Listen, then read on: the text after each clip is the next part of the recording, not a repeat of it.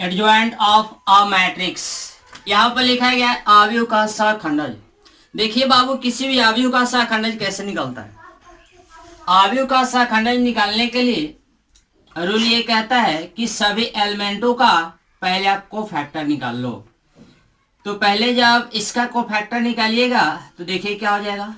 Cofactor of C11 बराबर क्या, जब C11 का कोफैक्टर निकालिएगा तो ये कॉलम और ये रो को ढक दीजिए। जब इस कॉलम और इस रो को ढकिएगा तो क्या मिलेगा, आपको D मिलेगा। ये D हो गया। इसके लिए साइन पॉजिटिव होता है, ये साइन पॉजिटिव रहेगा। क्यों? क्योंकि I प्लस J यानी इनका और इनका सम यदि होता है इवन तो साइन इसके लिए प्लस, और इसका सम यदि होता है ऑड तो साइन होता है माइनस। इसी प्रकार से लिखिए कोफैक्टर ऑफ C12। जब C12 का कोफैक्टर निकालिएगा तो फर्स्ट रो और सेकंड कॉलम को डिलीट करना होगा। फर्स्ट रो और सेकंड कॉलम को डिलीट कीजिए। जब आप फर्स्ट रो और सेकंड कॉलम को डिलीट करेंगे तो क्या मिलेगा, आपको C मिलेगा। बट इसके लिए साइन क्या होगा, माइनस। क्यों? क्योंकि 1 + 2 3 हो रहा है। 3 आपका क्या है, ऑड है, तो ऑड के लिए साइन क्या, माइनस हो जाता है। अब आप निकाल लीजिए कोफैक्टर ऑफ क्या, C21 यानी second column first row, second row और फर्स्ट कॉलम। सेकंड रो और फर्स्ट कॉलम के करस्पॉन्डिंग जब कोफैक्टर निकालिएगा तो आपको मिलेगा B, बट इसके लिए साइन होगा माइनस। क्यों? क्योंकि 2 + 1 3 हो रहा है। 3 आपका क्या है, ऑड, तो ऑड के लिए साइन क्या होता है, माइनस। अब देखिए कोफैक्टर ऑफ C22, जब C22 का कोफैक्टर निकालिएगा तो क्या हो जाएगा, आपका हो जाएगा सेकेंड रो और सेकेंड कॉलम को डिलीट कीजिए। सेकेंड रो और सेकेंड कॉलम, जब आप सेकेंड रो और सेकेंड कॉलम को डिलीट करेंगे तो क्या मिलेगा, आपको A मिलेगा। इसके लिए साइन क्या, प्लस होगा। क्यों? क्योंकि 2 + 2 4 हो रहा है। 4 आपका क्या है, इवन है, तो इवन के लिए साइन क्या, पॉजिटिव होता है। उसके बाद क्या, उसके बाद इसको B बराबर लिख लीजिए। कैसे, ये आपका D, उसके बाद क्या, ये माइनस में C, उसके बाद आपका है माइनस में B, और उसके बाद क्या, ये आपका है E। ये आपका ऐसे हो गया। अब क्या कीजिए, अब यहाँ पर लिखिए B ट्रांसपोज निकालिए। तो जब भी का ट्रांसपोज निकालिएगा तो ट्रांसपोज कैसे निकलता है, यहाँ से इस फर्स्ट कॉलम को उठाइए और ला करके फर्स्ट रो बनाइए, तो ये आपका हो जाएगा D, और यह माइनस में क्या, तो B। यहाँ से सेकंड कॉलम को उठाइए और ला करके सेकंड रो बनाइए, तो ये आपका माइनस में C, और ये आपका क्या हो जाएगा, ये आपका हो जाएगा E। आप ये जानते हैं कि एडजॉइंट्स ऑफ A बराबर क्या होता है, आपका होता है B ट्रांसपोज। तो ये आपका क्या हो जाएगा, B का ट्रांसपोज क्या आया है, तो आपका आया है D - B। ये आपका क्या आया है, तो माइनस में C, और ये आपका क्या आया है, A। तो यही आपका क्या हो गया, यही आपका अवयव A का एडजॉइंट हो गया, यही आपका सहखंडज हो गया।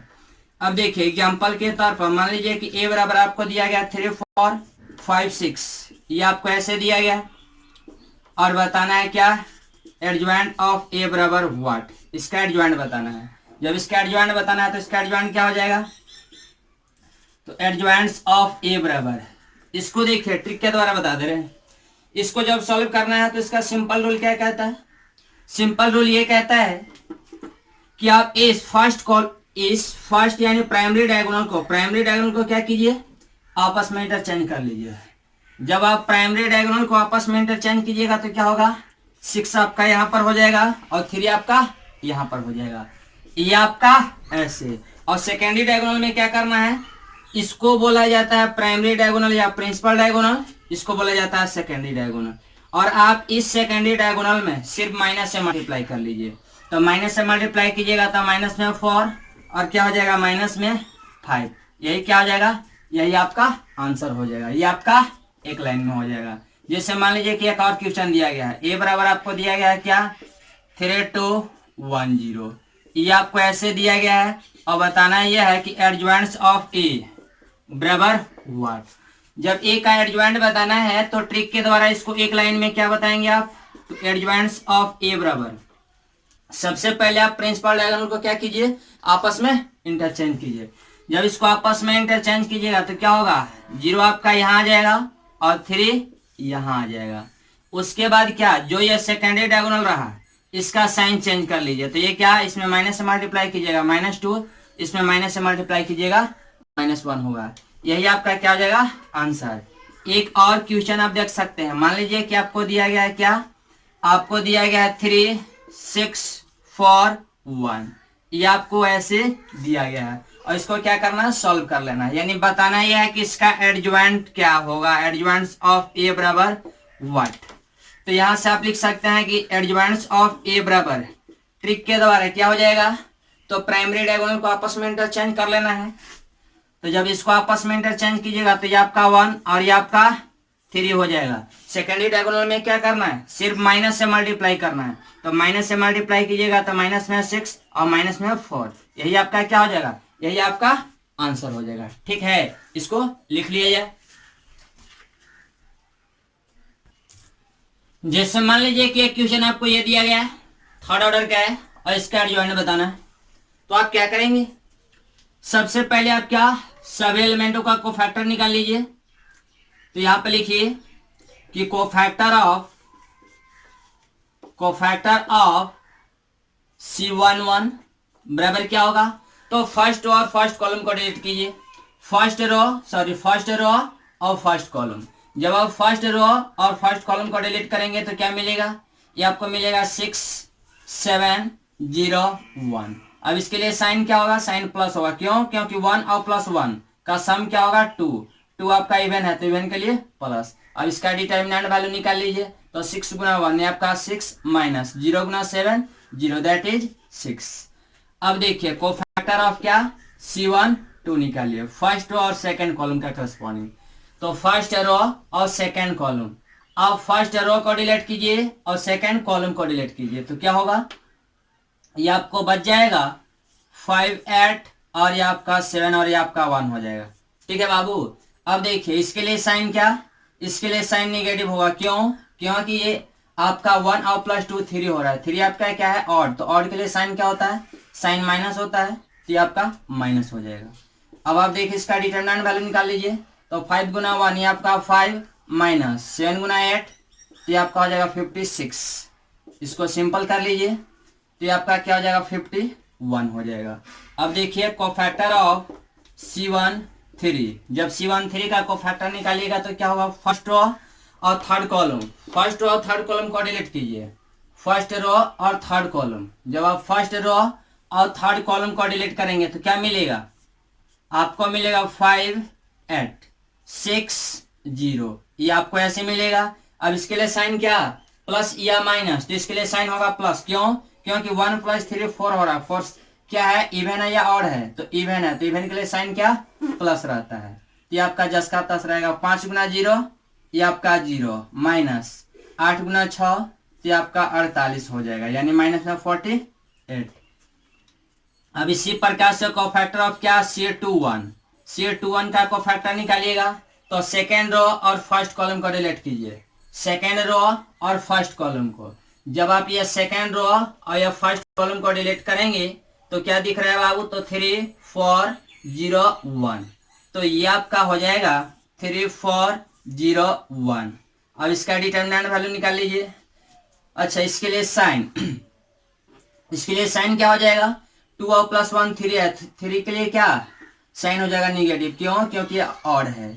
ये आपका क्या हो जाएगा 3 गुना 1 3 और माइनस 0 गुना 4 ये आपका 0 और ये आपका क्या माइनस में 3। अब आप देखिए कोफैक्टर ऑफ क्या, C22 निकालिए। C22 का जब कोफैक्टर निकालेंगे तो क्या होगा, 2 और 2 4 हो रहा है। 4 क्या है, इवन या ऑड, तो ये आपका है इवन, तो इवन के लिए साइन प्लस। अब देखिए सेकेंड रो और सेकेंड कॉलम को डिलीट कीजिए, सेकेंड रो और सेकेंड कॉलम। जब आप सेकेंड रो और सेकेंड कॉलम को डिलीट करेंगे तो क्या मिलेगा, 2 4 8 1, ये आपका 2 4 8 1, ये आपका ऐसे हो जाएगा बाबू।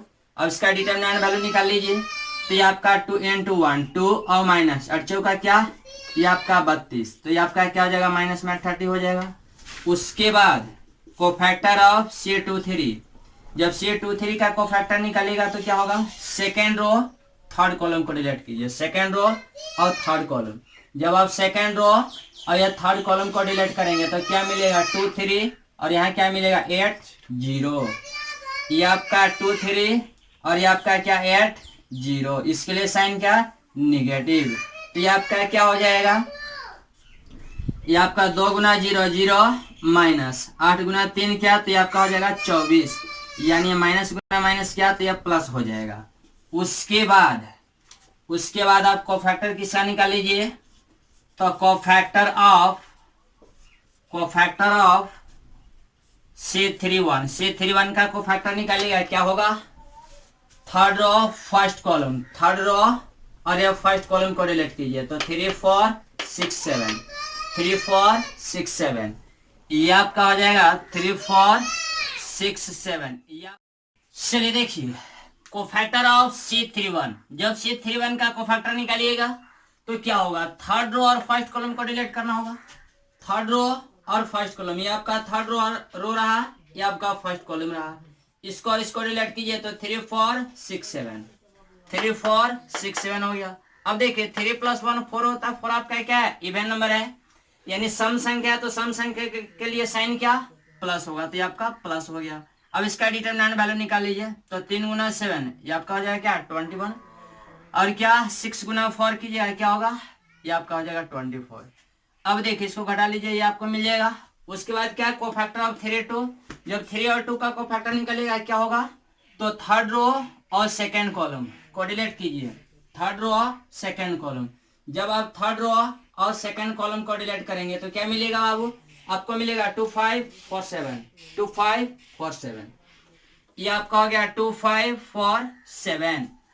अब देखिए इसके लिए साइन क्या होगा माइनस, क्यों, क्योंकि 3 और +2 5 होता है, 5 क्या है ऑड नंबर है, यानी विषम संख्या है, तो विषम संख्या के लिए साइन क्या माइनस। अब इसका सारणी का मान निकाल लीजिए, डिटरमिनेंट वैल्यू निकाल लीजिए, तो 2 गुना 7 कीजिएगा 14 होगा, माइनस 5 चौका 20, 14 में से 20 घटाइएगा -6, उससे पहले माइनस है तो माइनस गुना माइनस प्लस हो जाएगा।